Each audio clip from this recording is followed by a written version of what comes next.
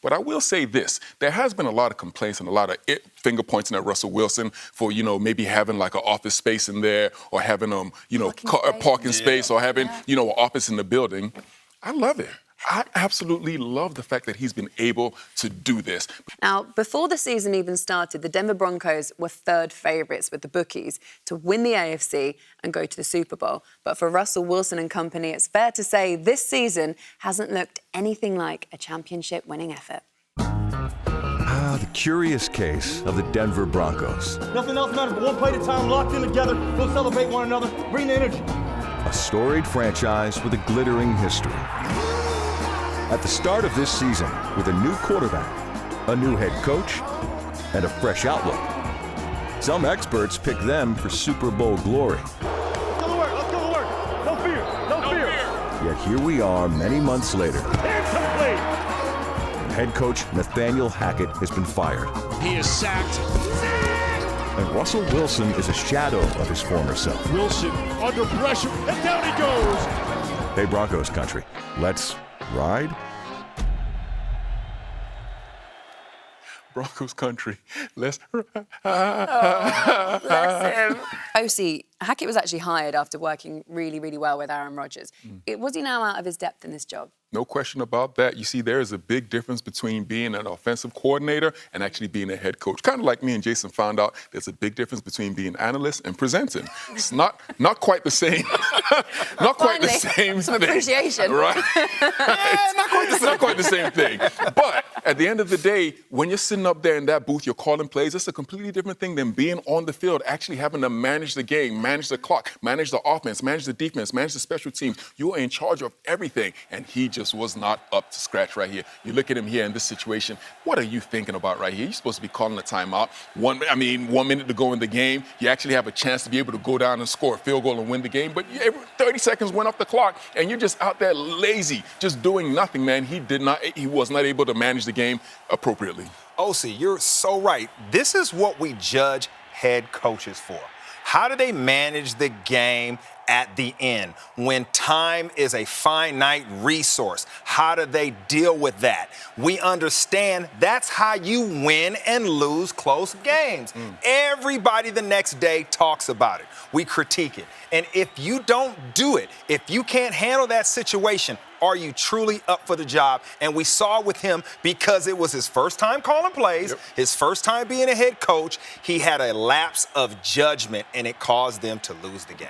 Okay, I want to talk to you about something that happened in week 2. This was their first home game. It was actually the clock management that was really bad, and it got the fans really angry with them. There was a delay of game penalties. So the Broncos fans actually resorted to counting down the clock like it was New Year's Eve. You could hear them doing it in the stands. That is surely basics, Jason, isn't it, for a coach? It is, but the fans, they knew he didn't understand the basics. And that's the thing. Once you make that mistake, all eyes are on you to see if you correct it. And he hasn't been. And that is why the spotlight has been on him. What are you doing for us? You're not fixing the offense, and you are not managing the games correctly. Okay. Also, in the huge loss to the Rams, there was a fight on the sidelines.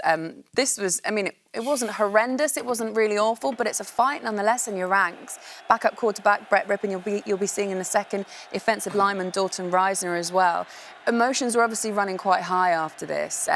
Throwing in a $250 million Russell Wilson into this whole mix. How much accountability do you think he needs to take for when the Broncos get it wrong? Yeah, he has to take accountability for that. There's no question about this. Obviously, you pay that man that amount of money, you expect him to be the guy leading the charge, and he obviously hasn't been able to do that. He hasn't played up to his contract. But I will say this, there has been a lot of complaints and a lot of finger pointing at Russell Wilson for, maybe having like an office space in there or having, parking space or having, an office in the building. I love it. I absolutely love the fact that he's been able to do this because for so long, Laura, Jason, you know this, the team has had the leverage over the player. And now we have a situation where the player has the leverage over the team. And he has taken full advantage of that. He should have 7 parking spaces. He should have 3 offices in there. There's nobody on that team making more money than him outside of the owner. He is entitled to everything that he asked for, and he got it. You make a good point. he deserves all those things because he was supposed to be the savior of this franchise. He was supposed to come in and make this team a Super Bowl contender, right? Correct. But that hasn't happened. Correct. It has been the reverse. It has been the utmost failure. Now, because of that, we critique all of these things he is doing off the field differently. To behave like that, to be someone who is not like everyone else in the locker room, you got to ball. You got to play. It's all on you. You get all those things if you're the man. If you are not, that heat is coming at your door. Only thing I'm going to say is, don't hate the player, hate the game. Period.